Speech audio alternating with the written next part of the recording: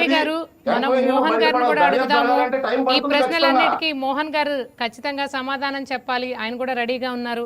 మోహన్ రెడ్డి గారు, విన్నారు కదా అజయ్ గారు, ప్రతి రూపాయిని మేము కక్కిస్తామంటున్నారు. అలాగే అవసరం లేని అవసరం లేని భూముల్ని ఒకచోట మునిగిపోతాయని తెలిసినా కూడా తమ అవసరాల కోసం, అలాగే తమ అక్రమార్జన కోసం లేఅవుట్ల పేరుతో వైసీపీ పెద్దలు ఎలా సేకరించారు, అసలు ఏం జరిగిందని మీరు అనుకుంటున్నారు? మీ సమాధానం ఏంటి మోహన్ రెడ్డి గారు?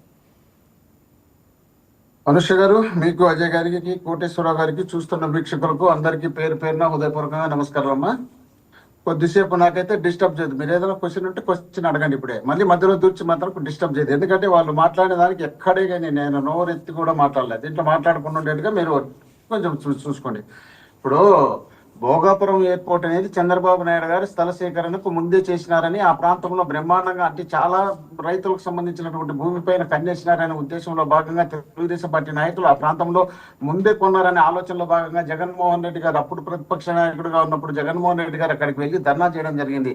ఈ భోగాపురం ఎయిర్పోర్ట్ కు ఇంత స్థలాలు ఎందుకు, ఇంత రైతుల భూములు ఎందుకు సేకరించాల్సి వచ్చింది, ఇంత అవసరమే ఉంది, అవసరమైనంత తీసుకోకుండా అనవసరంగా సేకరించినారని చెప్పి మళ్ళీ తర్వాత జగన్మోహన్ రెడ్డి గారు వచ్చిన తర్వాత ఆ రైతులు వాళ్ళు కొంత కుదించేసి ఆయన చేసి కరెక్ట్ గా ఫిక్స్ చేసినారు. అది భోగాపురానికి సంబంధించిన వ్యవహారం. ఆ తర్వాత ఇప్పుడు మాట్లాడుతున్నారు కదా, ఇష్టం వచ్చినట్లు అవినీతి జరిగింది, ఇంద్రం ఇళ్ళ గురించి, జగనన్న కాలనీల గురించి చెప్తున్నారు. జగనన్న కాలనీలకు సంబంధించి ప్రతి నియోజకవర్గ హెడ్ క్వార్టర్లో ఉన్నటువంటి మున్సిపాలిటీలలో కానీ నగరాల్లో కానీ అనేక ప్రాంతాల్లో అక్కడ ఉన్నటువంటి భూమిని రైతుల ద్వారా డైరెక్ట్ గవర్నమెంట్ సేకరించి డైరెక్ట్ రైతుకు చెక్ వచ్చింది తప్ప ఏ ఒక్క వైఎస్ఆర్ కాంగ్రెస్ పార్టీ నాయకునికి ఇప్పుడు కూడా ఏదైనా వచ్చింది అని తెలిసింటే ఇమ్మీడియట్ కేసు పెట్టి లోపల ఏమనండి. దమ్ము ధైర్యాల గురించి మేము చెప్పం, కానీ ఎవరికి ఎంత దమ్ముందో, ఎవరికి ఎంత ధైర్యం ఉందో, ఎవరెంత గొప్పలో అవన్నీ పక్కన పెడితే ఇమ్మీడియట్ ఎవరన్నా వైఎస్ఆర్ కాంగ్రెస్ పార్టీ వారికి 1 లక్ష రూపాయలు ఇక్కడ ఈ చెక్కులు వచ్చిందని చెప్తే చేసుకోమని. మేము నిజాయితీగా చేసినాం కాబట్టి 31 లక్షలు ఇంటి పట్టాలు ఇచ్చినాం. ఇంతవరకు చరిత్రలో, ఆంధ్రప్రదేశ్ చరిత్రలో మోహన్ రెడ్డి గారు, నేను మిమ్మల్ని డిస్టర్బ్ చేయాల్సిందే. మీరు విజిలెన్స్ రిపోర్ట్ చదివారా?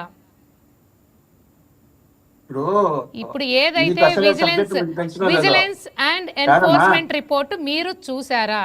ఇందులేడందు గలదని సందేహంబు వలదు, ఎందెందు వెతికినా అవినీతే కలదు. ఈ జగనన్న కాలనీ ఇళ్ల భూసేకరణ కానీ, ఇళ్ల కట్టడంలో కానీ నిజంగా మీరు చూసుంటే, మీరు చదివితే మీరు చెప్పండి. మీరు తూర్పుగోదావరిలో చూస్తే, ఉమ్మడి తూర్పుగోదావరి జిల్లాలో చూస్తే మునిగిపోతాయని తెలిసిన భూముల్ని సేకరించారు. మీరు రాప్తాడులో చూస్తేనేమో కట్టిన ఇళ్లలో అవినీతి. ఇప్పుడు మనం మాట్లాడుకున్నది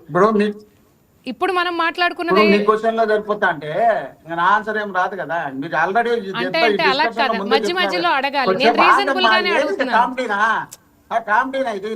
చెప్పలేదా మాట కాదు మోహన్ రెడ్డి గారు మునిగిపోతారని చెప్పినారు, రప్తాలో అవినీతి జరిగిందని చెప్పినారు. నేను చాలా రిక్వెస్టింగ్ గా మిమ్మల్ని అడిగాను. మీరు అవినీతి జరగలేదు అన్నారు కాబట్టి, విజిలెన్స్ రిపోర్ట్ నా దగ్గర ఉంది కాబట్టి అడగాల్సి వచ్చింది. మీరు అట్లా అంటే ఎలాగా? మొత్తం స్టోరీ అలా అవ్వదు. మనం డిబేట్ అంటేనే మధ్యలో క్వశ్చన్లు ఉంటాయి కదా మోహన్ రెడ్డి గారు, మీకు ఇదే కొత్త కాదు కదా. అనూష గారు, మీరు అనేకమైనటువంటి క్వశ్చన్లు దీంట్లోనే ఇంతకుముందే అడిగినారు. ఇదే మాట ఇంతకుముందు మీరు చదివినారు. మీరు ఒక యాంకర్ గా చదవకుండా ఒక పార్టీ లీడర్ గా చదివినారు. నేను కాదనిలే, అయినా మాట్లాడలే. ఆల్రెడీ తెలుగుదేశం పార్టీ లీడర్ గా ఉన్నటువంటి అజయ్ గారు దాని గురించి బ్రహ్మాండంగా మాట్లాడినారు. నా మాట రాకుండా మళ్ళీ మధ్యలో మీరు రెడ్డి వచ్చి మొదలెత్తుకుంటే ఎట్లవుతుంది? కాదు కదా, దానికి సంబంధించి చెప్తున్నా కదా. సార్, మనం ఈ రోజు డిబేట్ ఎందుకు చేస్తున్నాం? సరే, ఒక 3 క్వశ్చన్స్ ఇస్తే చెప్పండి. మనం ఈ రోజు డిబేట్ దేని గురించి? విజిలెన్స్ రిపోర్ట్ వచ్చింది కాబట్టే కదా మాట్లాడుతుంది. నేను ఎవరో రాసిన కాకి లెక్కలో, లేకపోతే ఏ పార్టీ రాసిన కాకి లెక్కలో, ఆ పార్టీ రాసిన కాకి లెక్కల గురించి నిజంగా నేను మాట్లాడట్లా. విజిలెన్స్ అండ్ ఎన్ఫోర్స్మెంట్ రిపోర్ట్ అంటే దానికి ఒక విలువ ఉంది, దాని గురించి మాట్లాడుతున్నా. దానిలో లేదు అంటే నేను వేసిన క్వశ్చన్లు అందులో లేవు అంటే నేను ఒక పార్టీకి ఒత్తాసు పలుకుతున్నానని మీరు అనొచ్చు. కానీ నేను అడిగినవన్నీ అందులో నుంచే అడుగుతున్నా. Vigilance and enforcement report. Enforcement అంటే ఈడీనే కదా. ఈడీ వచ్చేప్పుడే నీకు ఇక్కడ వచ్చి ఎంక్వైరీ చేసిందా, విజిలెన్స్ చేసిందా? ఏదో ఒకటి చెప్పండి కరెక్ట్ గా. మోహన్ రెడ్డి గారు, మీరు చెప్పే ఈడీ వేరు, అదే నేను చెప్పేది విజిలెన్స్ రిపోర్ట్ అంటే కోటేశ్వర గారు, విజిలెన్స్ రిపోర్ట్ అంటే స్టేట్ గవర్నమెంట్ చేతిలో ఉంటుంది, అవునా కాదా? మరి స్టేట్ గవర్నమెంట్ గురించి పెద్ద గొప్పలు చెప్పుకుంటా పోతే మేము ఇంట్లో కూర్చోవాలి. ఆయన చెప్తా అంటే పొద్దు అదే పాడేందే పాడరా పాసిపల్ల దాసిరేని చెప్పింది చెప్పుకుంటా నేను పిచ్చోనా? సార్ మనం స్టేట్ లోనే ఉన్నాం, స్టేట్ గురించి మాట్లాడుకోక దేని గురించి మాట్లాడుకుంటాం చెప్పండి. నాకు చెప్పేది అనుష గారు, సిట్ గురించి విజిలెన్స్ గురించి మీరు కాదు నాకు చెప్పాల్సింది. నాకు తెలుసు సిట్ ఎవరి చేతిలో ఉంటుంది, విజిలెన్స్ ఎవరి చేతిలో ఉంటుంది. నేను ఎవరి చేతిలో ఉంటుందని చెప్పలా, నేనేమి ఇదేమి సెంట్రల్ గవర్నమెంట్ ఇచ్చిన రిపోర్ట్ అని నేను చెప్పలే. అవును, స్టేట్ గవర్నమెంట్ ఎవరు చెప్పిన ఇష్టం వచ్చినట్టు వాళ్ళు చేస్తారు. మీకు తెలిసిన మీరు రిపోర్ట్ చూసారా లేదా చెప్పండి, మీరు రిపోర్ట్ చూసారా లేదా?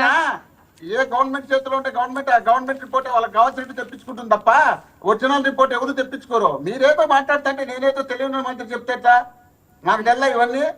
నేను కూడా ఇదేమి చైర్మన్ గా పనిచేసిన రాష్ట్ర ప్రభుత్వంలో నేను కూడా ఉన్నా. నాకెందుకు చెప్తారు ఇట్లా? మీరు టాపిక్ డైవర్ట్ చేయొద్దు మోహన్ రెడ్డి గారు. మోహన్ రెడ్డి గారు టాపిక్ డైవర్ట్ చేయొద్దు, టాపిక్ డైవర్ట్ చేయొద్దు. మీరు చేస్తున్న డైవర్ట్, మీరు సబ్జెక్ట్ నేను చేయట్లా, మీరే డైవర్ట్ చేస్తున్నారు. నేను సబ్జెక్టే మాట్లాడుతున్నా. డైవర్ట్ చేసేది మీరు, సబ్జెక్ట్ మాట్లాడలే. మీరు మాట్లాడుతున్న మధ్యలో దూరుతున్నారు. సార్ చెప్పండి, ఇప్పుడు చెప్పండి. నేను అడిగిన దానికి చెప్పండి, నేను అడిగిన దానికి చెప్పండి. నేను చెప్పేది వినండి, మీరు చెప్పాల్సి చెప్పినారు. డిబేట్ అంటే ఇద్దరు మాట్లాడతారు, అందరూ మాట్లాడతారు, మీరు ఒక్కరే మాట్లాడితే మేము కూర్చొని చూడాలి. చెప్పింది మీరు చెప్పింది అవతల 20 నిమిషాలు మాట్లాడతారు. ఏ క్విక్ మనకుండా ఉంటాయి, కావాల్సినట్టు ఎత్తిచ్చా కూర్చున్నారు మీరు. మీరు సమాధానం, నేనైతే ఒక్కటే అనుకుంటున్నాను మోహన్ రెడ్డి గారు, మీ దగ్గర చెప్పడానికి సమాధానం లేదు, టాపిక్ డైవర్ట్ చేస్తున్నారు అనుకుంటున్నా. నేను సమాధానం ఉంటే చెప్పండి, వింటాను. మీరు ముందే క్వశ్చన్ ఏమన్నా మిమ్మల్ని మాట్లాడద్దండి. మీరు ముందే క్వశ్చన్ ఏమన్నా ఉంటే మళ్ళీ మాట్లాడద్దు అన్నా. అలా జరగదండి, డిబేట్ అంటే అలా జరగదు మోహన్ రెడ్డి గారు. మీరు మాట్లాడే దాన్ని బట్టి అడగాల్సి ఉంటుంది. మీరు ప్రతి డిబేట్ లోని ఇలాగే అడుగుతారా? ప్రతి డిబేట్ లోని ఇలాగే అడుగుతారా? మీరు ఆడ కూర్చోబెట్టి నేను దొంగనని చెప్తే ఇంట కూర్చోడం నేనే పిచ్చోని కాదు, నాకు ఉంది తెలివి, నేను కూడా మాట్లాడాలా. కాబట్టి మాట్లాడినాక ఉండండి, ఎందుకు ఆవేశపడతారు? సరే అయితే మాట్లాడండి. మరి రాష్ట్రంలో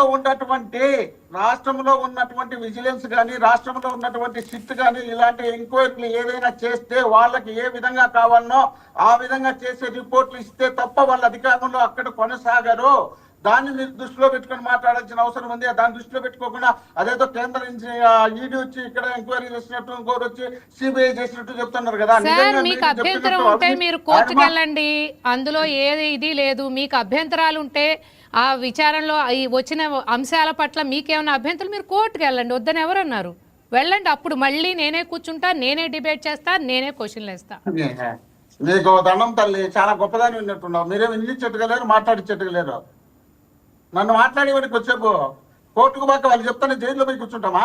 రాంటే కోర్టుకు పోకుండా జైలు పోయి కూర్చుంటామా? పోతాంలే, మీరు చెప్పాలా? మాకు తెల్లా, కోర్టుకి నాకు తెలుసు. మీకు ఆగండి, నా నుండి వినండి, తర్వాత మాట్లాడండి. మీరు అలా ఏదేదో మాట్లాడితే మాట్లాడగలుగుతాను. అనుష గారు, నా సబ్జెక్టు పూర్తి వినకదలికే మీరు మధ్యలో ఎందుకు క్వశ్చన్? నాది అయిపోయింది, గంట సేపు కదా డిబేట్, ముగ్గురమే కదా ఉండేది. నాది మాట్లాడిన తర్వాత మీరు క్వశ్చన్ వేయచ్చు కదా, మధ్యలో కొన్నిసార్లు మధ్యలో వేయాల్సి ఉంటుంది మోహన్ రెడ్డి గారు. ఇప్పుడు టైం వేస్ట్ ఎందుకు చెప్పండి, ఇప్పుడు టైం వేస్ట్ ఎందుకు చెప్పండి? టైం వేస్ట్ చేసేది నేను కాదు, నాకు టైం వేస్ట్ చేసే అలవాటే లేదు. మీరు చేపిస్తున్నారు, మీరు చేస్తున్నారు, కాబట్టి వినండి వచ్చేపో చెప్పండి.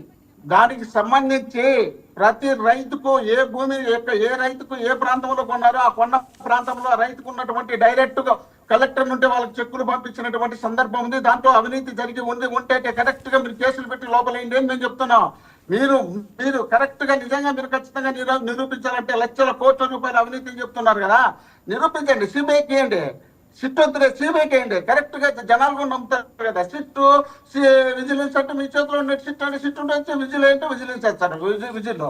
కాబట్టి ఇది పెద్ద కేసు కాదు, దీని పెద్ద కేసుగా భావించాల్సిన అవసరం లేదు. ఇంకా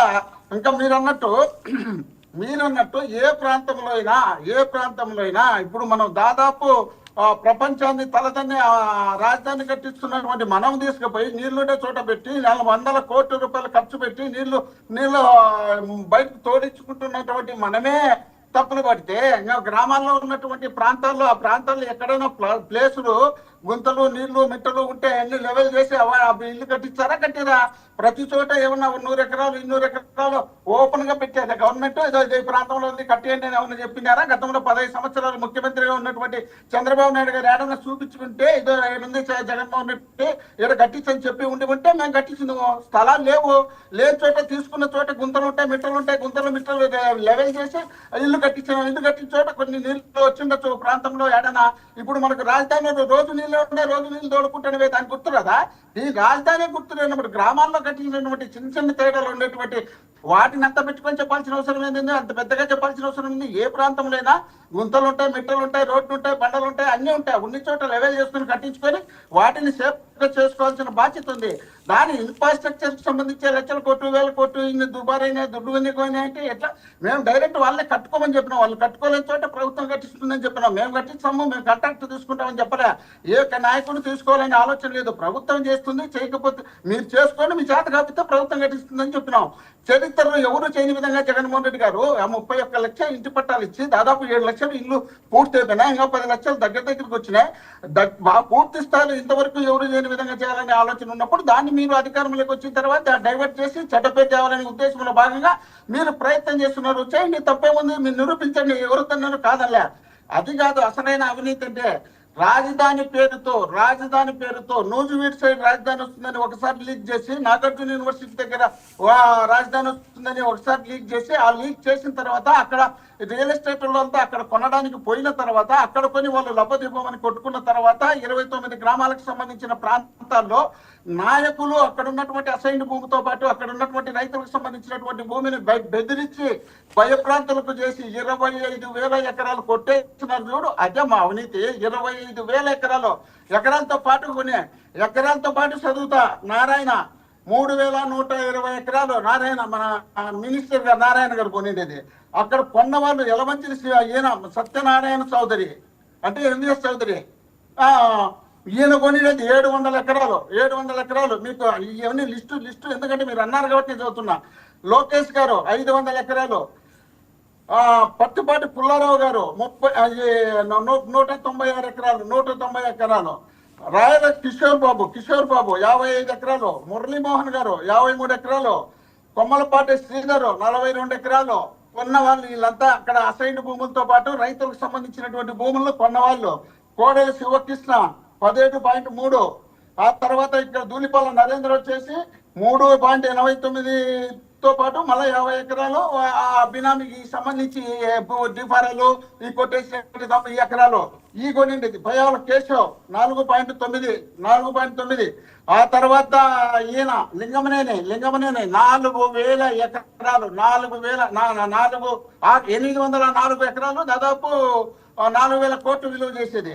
ఆ తర్వాత అక్కడ రామారావు బాలకృష్ణ గారి బియ్యంకుడు రామారావు అంటే ఈయన పేరు 498 ఎకరాలు, 498 ఎకరాలు. ఇట్లా వీళ్ళు కాక వీళ్ళ బినామీలు 1000 ఎకరాలు, 700 ఎకరాలు, 800 ఎకరాలు, మొత్తం 25,000 ఎకరాలు భూమిని కొట్టేసిన చూడు. ఇది అసలైనటువంటి కబ్జా చేసిండేది. ఇది అసలైనటువంటి ప్రజలు మోసం చేసింది. ఆ ప్రాంతంలో ఉన్నటువంటి దేవుని మీద ప్రమాణం చేసి ముఖ్యమంత్రిగా నేను ప్రజలకు అందరికీ న్యాయం చేస్తాను, ఎక్కడ నేను ఏ తప్పు చేయనని చెప్పి ప్రమాణం చేసినటువంటి వ్యక్తులు ఈ ప్రాంతం నూజివీడులో ఒకసారి వచ్చిందని రాజధాని, ఆ తర్వాత నాగార్జున యూనివర్సిటీ దగ్గర ఒకసారి వచ్చిందని చెప్పి ప్రచారం చేసి వాళ్ళకి కావాల్సినటువంటి మీడియాలో విపరీతమైనటువంటి ప్రచారం చేసి అక్కడ ల్యాండ్ పూలింగ్ అని 29 గ్రామాలకు ఇచ్చి ఆ ల్యాండ్ పూలింగ్ 29 గ్రామాలలో ఒప్పుకోకపోతే ఒప్పుకోనప్పుడు వాళ్ళకు అద్దంలో ఇది గ్రాఫిక్ చూపించి బాహుబలి ఈ విధంగా తయారైతుందయా, మీరు ఇకపోతే ఇక్కడ భూములు చాలా నష్టపోతారు, ఇవ్వండి, ఇస్తే మీరు బ్రహ్మాండంగా వచ్చారని చెప్పి వాళ్ళకి ఇష్టం వచ్చినట్టు దుష్ప్రచారం చేసి